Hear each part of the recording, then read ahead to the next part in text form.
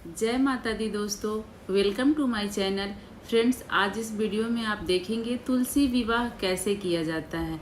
बिल्कुल आसान तरीके से हम तुलसी विवाह अपने घर में किस प्रकार कर सकते हैं, संपूर्ण विधि आज आप इस वीडियो में देखेंगे। बस छोटी सी एक रिक्वेस्ट है आप लोग से, वीडियो पसंद आएगी तो चैनल को सब्सक्राइब करके और इस वीडियो को लाइक ज़रूर कर दीजिएगा और बेल आइकन प्रेस कर दीजिएगा, जिससे आगे आने वाली समस्त वीडियो की नोटिफिकेशन मिल जाएगी।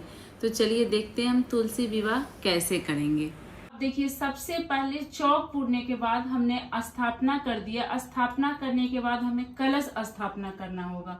तो यहाँ पे चावल का आसन देते हुए हम एक कलश की स्थापना कर लेंगे और इस कलश में हल्दी, सुपारी, पान, लौंग, इलायची सब कुछ डाला हुआ है, जो हर कलश में हम डालते हैं। और विवाह में दीप कलश की स्थापना की जाती है, तो हम एक दीप कलश प्रज्वलित कर लिए हैं। विवाह में सबसे पहले दुल्हा दुल्हन को हल्दी का रस्म किया जाता है।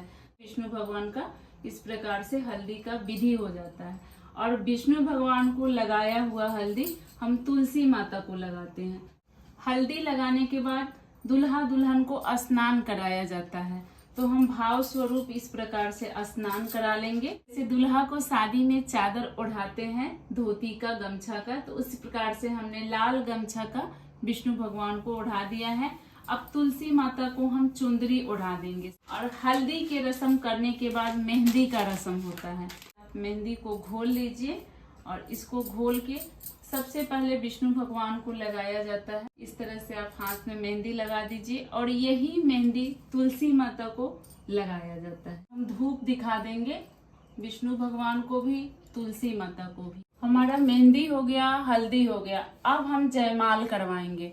जयमाल का विधि होता है, तो देखिए इस प्रकार हम विष्णु भगवान से माला को छुआकर तुलसी माता को पहना देंगे और ये माला हम तुलसी माता से छुआकर विष्णु भगवान को पहना देंगे। अब जयमाल के बाद दूल्हा दुल्हन का गठबंधन किया जाता है, तो इस तरह से हम कलेवा लेकर और कलेवा को हल्दी से टीक देंगे, अक्षत इसमें लगा देंगे और अब हम दूल्हा दुल्हन का इसी से गठबंधन करेंगे। तो देखिए, हम तुलसी माता को कलेवा बांधकर विष्णु भगवान के फोटो में बांध दिए और ये जो कलेवा बचेगा इसको तोड़ना नहीं, हम यहीं रखेंगे। इसी कलेवा से हम अग्नि फेरा करवाते हैं।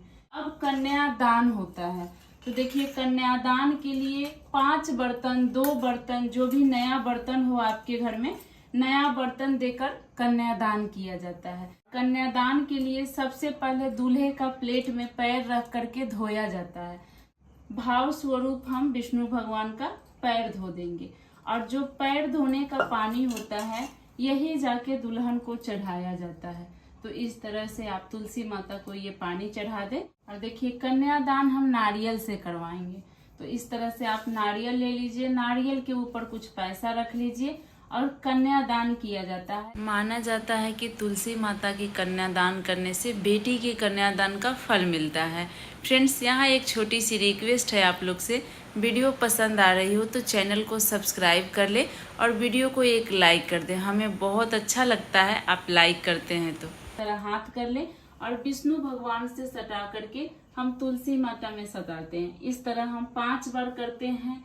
ये भाव स्वरूप कन्यादान किया जाता है। कन्यादान के समय ही तुलसी माता के लिए साड़ी दान किया जाता है और इसी समय आप चाहें तो चांदी सोना भी दान कर सकते हैं। विष्णु भगवान के लिए भी हम शर्ट पैंट का कपड़ा, धोती, जो भी हो, इस तरह से हम छुआ कर यहाँ रख देते हैं। देखिए, हमें सिंदूर दान करवाना है, तो सिंदूर दान करवाने के लिए पीला सिंदूर से शादी होता है। पीला सिंदूर ले ले, आप सिक्का ले ले। अगर आपके पास चांदी का सिक्का है तो आप उसी से करवाएं, चांदी का नहीं है तो आप कोई भी सिक्का ले सकते हैं। और ये सिक्का बहुत बहुमूल्य होता है, जिससे हम तुलसी माता को सिंदूर डलवाते हैं। ये सिक्का आप खर्च मत कीजिएगा, अपने घर में रखे रहिएगा। तो इस तरह से हम सिंदूर थोड़ा सा लेंगे, पीला सिंदूर से करवाइएगा, विवाह पीला सिंदूर से होता है। और इस तरह से विष्णु भगवान को हाथ में छुआते हुए हम इस तरह से तुलसी माता को अर्पण कर देंगे और ऐसे सिंदूर डाला जाता है ऊपर की तरफ। इस तरह से हमें 5 बार करना होता है। उसके बाद इस सिंदूर से लेकर जितना आप तुलसी माता को टीका लगा सके, कहा जाता है कि इनके पत्ते पत्ते को हम टीक कर पीला कर देते हैं। हमें दूल्हा दुल्हन को अग्नि फेरा करवाना होता है। तो इस तरह से हम नारियल में गठबंधन वाला कलेवा बांध देंगे और अग्नि का 7 फेरा लगवाया जाता है शादी में। तो इसी नारियल को लेकर हम 7 बार इस तरह से घुमा देंगे, तो ये हमारा अग्नि फेरा हो जाता है। और आपके घर में कोई तुलसी माता विष्णु भगवान को उठाने वाला है तो आप उठा कर भी अग्नि फेरा करवा सकते हैं। इस तरह से गठबंधन वाला धागा बांध के हमने 7 बार अग्नि फेरा भी करवा दिया है। सिंदूरदान के बाद मंगलसूत्र का रस्म किया जाता है। तो आप चाहें तो नया मंगलसूत्र अगर लिए हैं तो वो भी आप पहना सकती हैं उस समय, नहीं तो जो आपका मंगलसूत्र है उसको गंगा जल से धो दीजिए, उसी मंगलसूत्र का तुलसी माता का विवाह करा दीजिए। तो इस तरह हम विष्णु भगवान के हाथ में सटाकर छुआकर हम तुलसी माता को इस तरह हम मंगलसूत्र पहना देते हैं। जब विवाह की पूरी रस्म हो जाती है उसके बाद भोग अर्पित किया जाता है। देखिए, जब सभी के घर में शादी विवाह होता है तो नैवेद्य बनता है, बहुत सारा पकवान मिठाई भोजन बनता है। तो हमने भी खीर पूरी बना लिया है। उस दिन दूल्हा दुल्हन का मुंह जूठा करवाया जाता है। तो इससे पान के पत्ते या आम के पत्ते से इस तरह से हम खीर लेकर पहले विष्णु भगवान को खिलाएंगे और फिर यही खीर हम तुलसी माता को खिलाते हैं। इसी तरह से जितना भोजन आपका बना है सारे भोजन में से थोड़ा थोड़ा लेकर हम पहले विष्णु भगवान को खिलाएंगे, फिर तुलसी माता को खिलाएंगे। अब विवाह संपन्न होने के बाद हमें आरती जरूर करना चाहिए। कोई भी पूजा पाठ बिना आरती का पूर्ण नहीं होता है। इस तरह से आप विष्णु भगवान तुलसी माता का आरती कर ले। यहाँ हमारा विष्णु भगवान तुलसी माता का विवाह संपन्न हुआ। आज की मेरी वीडियो यहीं तक थी। आशा करती हूँ, उम्मीद करती हूँ आप लोग को जरूर पसंद आया होगा। वीडियो कैसी लगी, आप लोग कैसे विवाह करवाते हैं, कमेंट में जरूर बताइएगा।